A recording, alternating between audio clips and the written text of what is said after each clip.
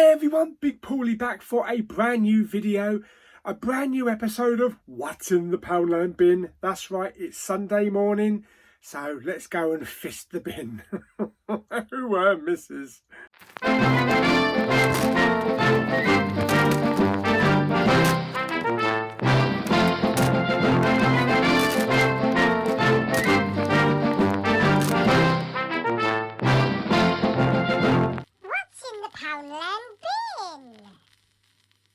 Hello, Poundland bin. How the devil are you? Look at this, look.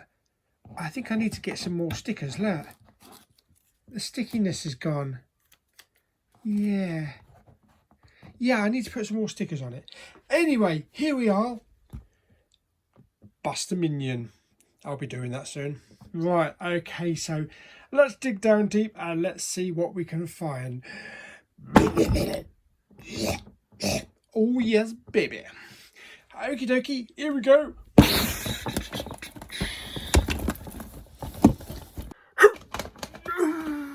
Okie dokie. Right, okay, we've got something. Hang on, put that down. I just need to swap hands because I don't want to put my Apple Watch in there. Right, okay, so I can tell you now there's no slip cover and there's no cellophane. Okay, right, let's feel for the top.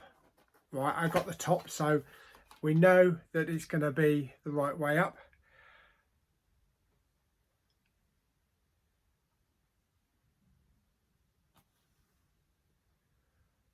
Oh, Antonio Banderas in, I take it that's Automata, not Automata, Automata, I think. They will rise. Oh, it looks a bit like a, it looks a bit like Terminator Salvation versus iRobot. Oh, very strange. Okay. All right, let's take it back and yeah, let's crank it up. Crank it up, crank it up, crank it up.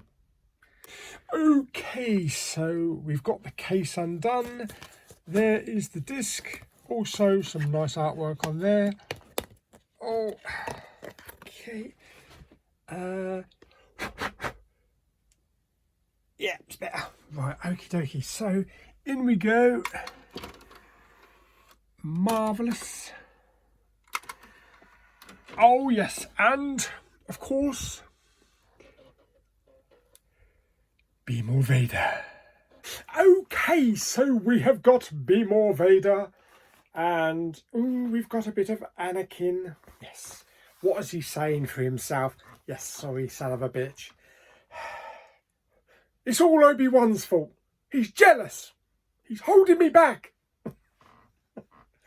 Yes. Okay. Assess your competition. Rivalries can be healthy. They can make you stronger, sharper and fiercer. The Sith say that even within a defined teaching relationship, the master should embody power while the apprentice craves it. However, the moment that rivalry starts holding you back, you need to eradicate it. Show no mercy, even if you once considered your rival a brother. Don't let sentiment undermine your progress. A career that stops growing is a dead career. Yes. Fantastic. Okie dokie. So there we go. So that is a bit of useless Anakin twaddle. So who have we got next? Oh, we got a bit more. Yeah, we got a bit more Rogue One. Fantastic. Director credit. Okie dokie. Right, let's I like that menu. That's a good menu. Yeah, so let's watch the film and then we'll talk about the film afterwards. I have no knowledge of this film. I have no idea what it's about. I'm only going by what's on the case, but even looking at this picture, it's like, it's iRobot and Terminator. Yeah, so, right, I'll see you after the film. I just really like that menu. And look, we've got motion in it. We don't normally have motion in Blu-ray menus. Not since the days of DVD, and even the eye lights up. Fantastic. Right, okay, let's watch the film then.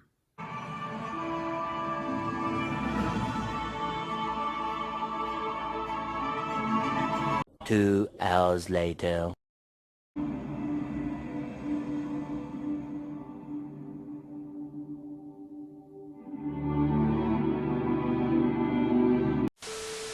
Okay, so Automata, starring Antonio Banderas. Dylan McDermott is in this film, as well as Melanie Griffith, but you wouldn't recognise her because of all the plastic makeup, or, you know, the plastic surgery. Plus also Robert Forster. And also, I didn't realise that on the credits at the end, Javier Bardem, who voiced one of the robots. Now this film feels like several films combined. It's heavily influenced on Blade Runner. It has that Blade Runner city look. District 9, because of like the outcasts outside of a city. And also iRobot. So basically get all three of those, wrap them up in a little ball, and you've got something that resembles Automata. Now the film is set in the year 2044. The Earth has been devastated after a series of solar flares that has killed off most of the population of Earth. It's reduced from like, what is it, about 7.5 to 8 billion down to 21 million. Yes, that's a lot of people gone. And it's left the planet devastated. And they create these kind of android that look like the robots from iRobot, to help humans, to protect humans, and to help them survive. There are 2 directives that are programmed into these. One, you must not harm a human or let any harm become of a human. And the second one is the machine is not allowed to self-repair, can't repair itself, it can't be repaired. So although there you're getting really sci-fi, Isaac Asimov, Arthur C. Clarke, science fiction type of stuff. But as I say, heavily influenced by Blade Runner. The beginning of this film, I think for the first 20 or 25 minutes, it could have been a spin-off to Blade Runner with the dark look and the lens flares of the cityscape at night and these giant projection kind of figures. And the film stars Antonio Banderas. He's, believe it or not, in this ravaged world, an insurance agent. Yeah, and his job is to go from place to place, investigating why these robots are defective, and to make sure that they're maintaining their directives. And of course, like any sci-fi film, you know, the androids want something more, and we see a different side to them, and a side where they want more than what they were built for. There are also scenes in this film that reminded me of Mad Max. Desolate wastelands out the desert, and people surviving and stuff like that. So it's a bit of a mixture of everything.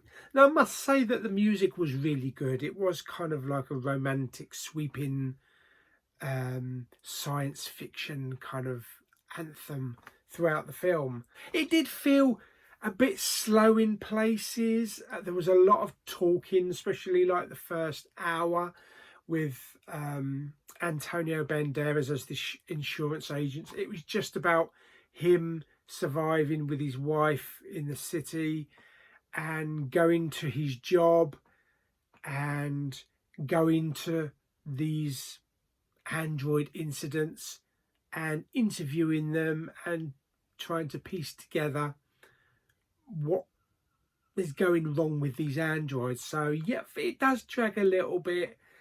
So it's a bit on the slow side. But other than that, it's an interesting story. I don't know if it's something I'm gonna put on again. I think this is probably a one-time watch. It was good to look at. You know, the robots, the androids in this were interesting. They weren't as polished and sophisticated as what you see in iRobot or something like that.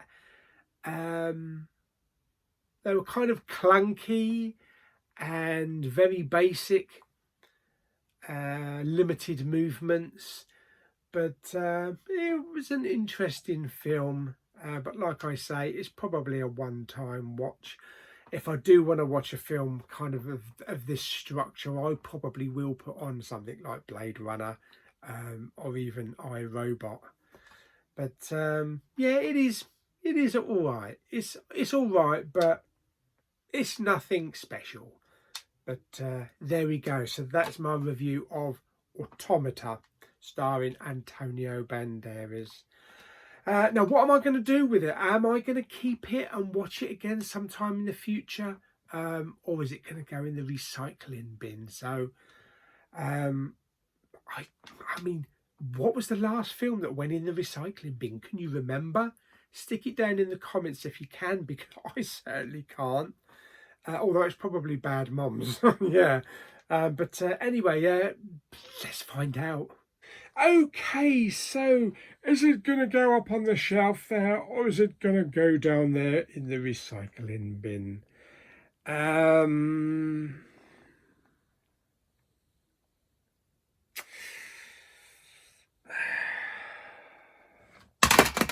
Yeah, in the recycling bin.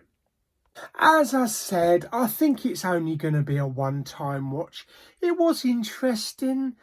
It was a nice little story, but it was a bit slow, and there are more interesting films of this kind of structure out there. So I don't think I'll probably watch it again. But there we go. So I hope you enjoyed this episode of What's in the Poundland Bin. We shall do it again sometime. Yes. So if you did like the video, like it by giving it some thumbs up. Blah, blah, blah. Don't forget to subscribe, comment and share, and I'll see you on the next video very soon. Bye bye.